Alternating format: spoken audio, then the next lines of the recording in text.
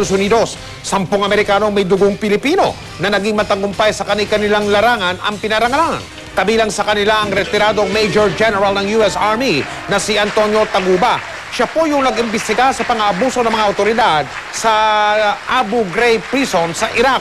Pinarangalan din ang gold medalist sa Beijing at Athens Olympics na si Natalie Coughlin. Tubong Cavite po ang lola ni Coughlin. Patunay raw ang 10 pinanangaralan na world class talaga ang mga Pilipino. Magandang gabi and salamat po. Thank you so much for letting me be here tonight. Although I'm clearly not all Filipino, I'm very, very proud of my heritage, and I'm very thankful for the Filipino fans out there that so strongly supported me. This is quite a special honor for me to be bestowed this recognition. Pinatunayan naman po ng ilang estudyante sa high school na kaya